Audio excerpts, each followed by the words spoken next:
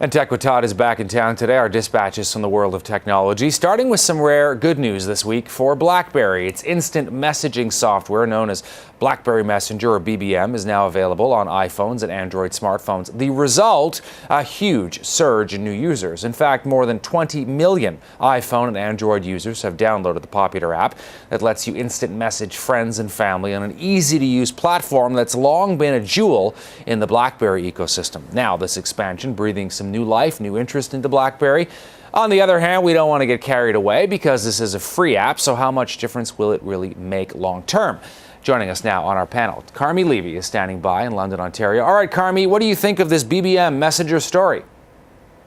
Well, it's certainly the best piece of news that BlackBerry could have had in recent months. They've had one nasty headline after another. So to have 20 million people essentially lining up to download your software, even when they no longer own the phone that you sell, is really notable. And it shows that the company still has mojo, still has the ability to reach in and kind of reach out and tug at those heartstrings and connect with people who may have already given up on BlackBerries, but they still want the company to succeed, still want to run that software on their iPhones, their iPads, as well as their Android devices. This is great news. There are other apps, though, that do this same sort of thing, instant messaging, free and whatnot out there, as you know, that are popular. When you see that number, though, 20 million people who perhaps have never had any interaction with a BlackBerry before, now they're using this messaging system, or at least they've downloaded it, that is also a sign that the BlackBerry name is still out there.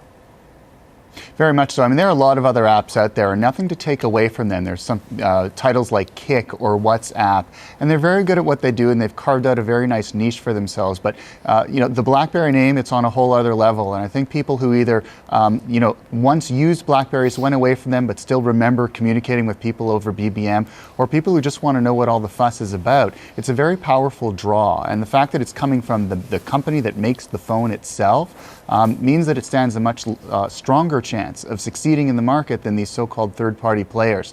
It's probably the smartest thing that the company could have done, getting into the software game and taking no prisoners. What does it mean, though? I mean, this is a free app.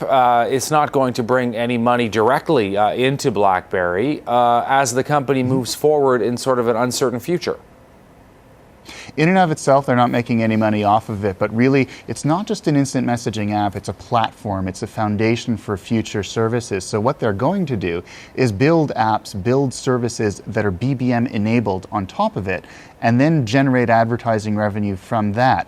And so if you've already got 60 million people who use it on their BlackBerries, 20 million and counting who are using it on their iPhones and their Android devices, that's 80 million people that you can sell to advertisers, and that's an awfully big market, and it's growing all the time. Good point. All right, let's switch over. Latest news now from the folks at Apple. Mixed messages this week. The new iPhones, the 5S, 5C, continue to surge, fly off the shelves, hard to find in some cities. But in what could be an ominous sign, or at least cause for pause, profits down again, third straight quarter. Growth is flattening for both the iPhones and the iPads. Carmi, what do you think? If you're Apple CEO Tim Cook or Apple investors, how concerned are you by this? You should be, and really it's more of a let's look toward the horizon kind of thing. There's no imminent danger to the company, but long term, unless they start introducing new devices, new products and new categories to take over from their smartphones, from their tablets that are starting to see flatlining growth, they're headed for the same place that BlackBerry is in now, where they're basically not renewing themselves fast enough. So no imminent danger here, but long term, the company's got to get off of, essentially get off of the rock that it's sitting on. It's got to move faster, bringing things like the iWatch or the iTV to market.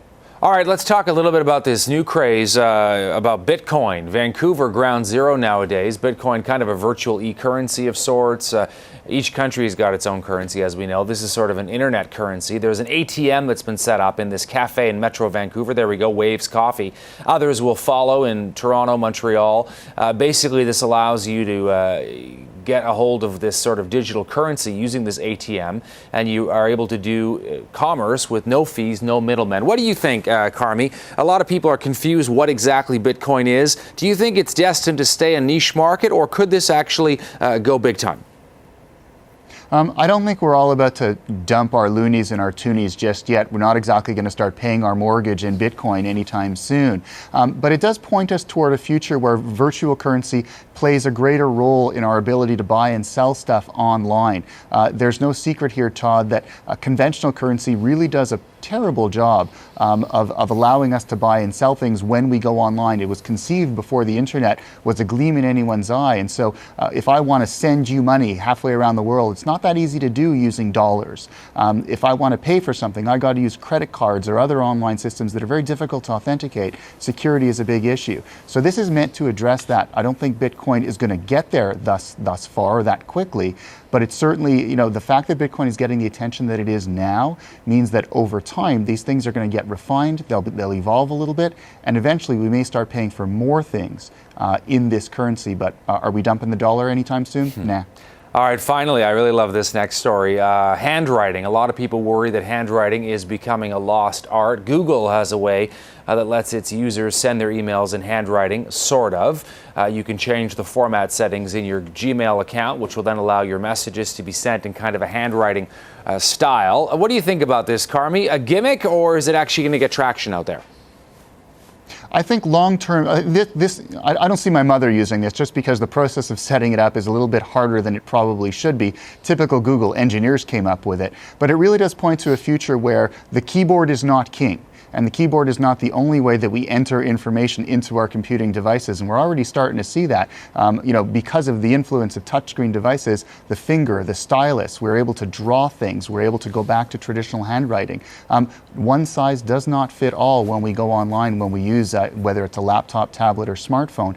And it's nice to see companies like Google trying different things, seeing what sticks, seeing what consumers like, because truth of the matter is, eventually, the keyboard as we know it is probably going to cease to exist in future generations of devices. Yeah, they just got to work on making it easier because, as you know, you tried to help me out throughout the morning and afternoon, figure it out, and I still haven't figured it out. That's right. And until it becomes built in, dead simple, easy for all of us to use without even giving it a second thought, it's going to be kind of a niche thing. But at some point, this thing is going to go mainstream and more of us are going to be just pulling out our fingers and, dashing off notes. No keyboard required. Thanks so much, Carmi. Great talking to you. Thanks, Todd.